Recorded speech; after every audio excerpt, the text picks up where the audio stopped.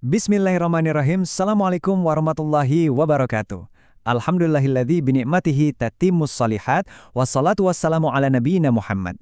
Teman-teman sekalian, ikhwan dan akhwat, hari ini kita akan merangkum seluruh materi kuliah kita dalam semester ini. Kalian simak ya. Jadi, gini, kalau kita ngomongin pendidikan Islam, coba deh lupain dulu gambaran kaku soal ruang kelas atau tumpukan buku. Bayangin ini sebagai sebuah blueprint atau cetak biru yang langsung dirancang oleh Sang Pencipta. Tujuannya? Wah, ini dalam banget. Untuk secara sadar dan terencana, membangkitkan semua potensi keren yang udah ada di dalam diri kita, membentuk kita jadi manusia seutuhnya. Nah, sekarang yuk kita mundur dikit ke momen paling awal. Pernah kepikiran nggak sih, dari ribuan kemungkinan kata atau perintah, kenapa kata pertama yang turun kepada Nabi Muhammad itu justru Iqra, bacalah.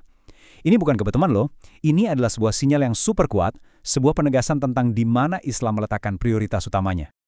Perintah Iqra ini bukan sekedar saran basa-basi, ini tuh kayak sebuah deklarasi, sebuah proklamasi bahwa mencari ilmu itu adalah kewajiban. Ini fondasi dari semua hal lainnya. Tujuannya juga jelas banget, untuk nyalain lilin ilmu pengetahuan, mengangkat manusia dari gelapnya kebodohan, dan jadi mesin penggerak peradaban. Terus, mulainya dari mana nih pendidikan ini? Nah, disinilah ada satu konsep yang, wah ini revolusioner banget, namanya fitrah. Jadi, pendidikan Islam itu nggak ngelihat anak sebagai kertas kosong. Justru sebaliknya, Islam percaya kalau kita semua ini lahir dengan semacam settingan pabrik atau software bawaan, yaitu potensi buat kenal sama Tuhan dan kecenderungan alami untuk berbuat baik. Nah, ini dia bedanya yang paling fundamental. Di satu sisi, konsep fitrah ngelihat pendidik itu kayak petani, tugasnya nyiramin, ngasih pupuk, dan ngerawat benih kebaikan yang emang udah ada di dalam diri anak. Di sisi lain, ada konsep tabula rasa dari barat, yang ngelihat anak itu kayak lembaran kosong yang harus ditulis dari nol. Beda banget kan cara pandangnya? Dan ide ini dikuatin lagi sama hadis yang terkenal ini. Dikatakan bahwa setiap anak itu lahir dalam kondisi fitrah. Artinya, peran orang tua dan lingkungan itu bukan menciptakan sesuatu yang baru, tapi menjaga dan memupuk potensi asli ini.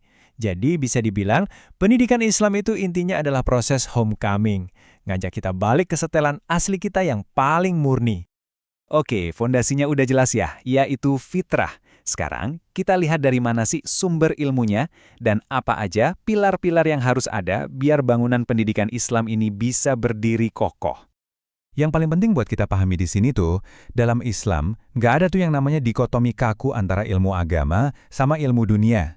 Semua ilmu, mau itu fisika kuantum, biologi, sampai tafsir Al-Quran, hakikatnya itu datang dari satu sumber yang sama, Allah. Wahyu, yaitu Quran dan Sunnah, ngasih kita panduan dasarnya. Sementara akal dan alam semesta ini, ibarat laboratorium raksasa yang Allah sediakan buat kita eksplorasi. Biar blueprint ini nggak cuma jadi wacana, ada 4 pilar yang harus saling menopang. Pertama, kurikulum. Ini petanya. Kedua, pendidik atau guru yang perannya bukan cuma ngajar, tapi jadi teladan hidup, uswah hasanah. Ketiga, tentu aja peserta didik itu sendiri yang kita lihat sebagai subjek aktif, bukan objek pasif. Dan keempat, lingkungan, mulai dari keluarga, sekolah, sampai masyarakat yang harus kondusif buat tumbuh kembang. Kalau satu aja pilar ini rapuh, ya bangunannya bisa goyang. Oke, sekarang kita masuk ke bagian yang praktis banget dan super relevan buat kehidupan kita sekarang. Gimana caranya Wahyu ngasih kita panduan etika yang tak lekang oleh waktu, terutama buat ngadepin tantangan di zaman informasi ini. Kita bakal fokus ke surah Al-Hujurat. Coba deh perhatiin banget perintah di ayat ini. Tabayun atau klarifikasi, cek dan recheck, ini adalah prinsip yang diturunkan lebih dari 1400 tahun lalu, tapi rasanya ini ayat turun khusus buat kita yang hidup di zaman internet kan? Ini adalah perintah dari Tuhan buat kita menekan tombol jeda untuk nggak langsung percaya dan nelen mentah-mentah setiap info, apalagi dari sumber yang nggak jelas. Ini teman-teman adalah fondasi dari berpikir kritis. Gimana? Relevan banget kan buat sekarang? Di tengah lautan informasi, hoax, dan berita simpang siur di media sosial, tabayun ini jadi tameng kita. Ini adalah sebuah tanggung jawab moral untuk verifikasi dulu sebelum sharing, untuk mikir dulu sebelum ngeklik. Inilah esensi dari etika digital seorang muslim. Nah, masih di surah yang sama, kita nemuin prinsip kedua yang gak kalah penting, adab atau etika.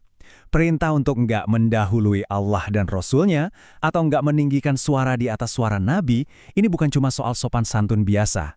Ini adalah pelajaran yang dalam banget tentang kerendahan hati intelektual dan betapa pentingnya kita menghormati sumber ilmu. Kalau kita tarik ke dunia pendidikan, ini jelas banget implikasinya. Adab kepada sang pembawa wahyu ini jadi standar emas buat hubungan murid dan guru. Ini tentang menghargai ilmu, mengendalikan ego biar nggak sok tahu, dan sadar betul kalau adab itu ibarat wadah, ilmu itu isinya. Tanpa wadah yang bagus, ilmunya bisa tumpah kemana-mana, sia-sia.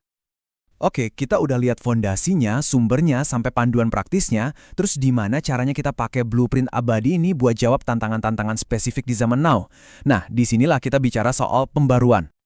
Coba kita pakai ilustrasi ini deh, biar kebayang. Anggap Anda seorang kepala sekolah.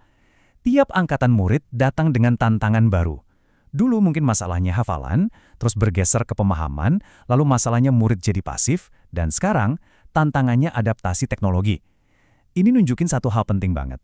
Prinsip pendidikan Islam itu memang abadi, tapi metode dan kurikulumnya harus dinamis, harus mau terus diupdate. Zaman digital ini tuh kayak koin ya, punya dua sisi. Di satu sisi peluangnya luar biasa.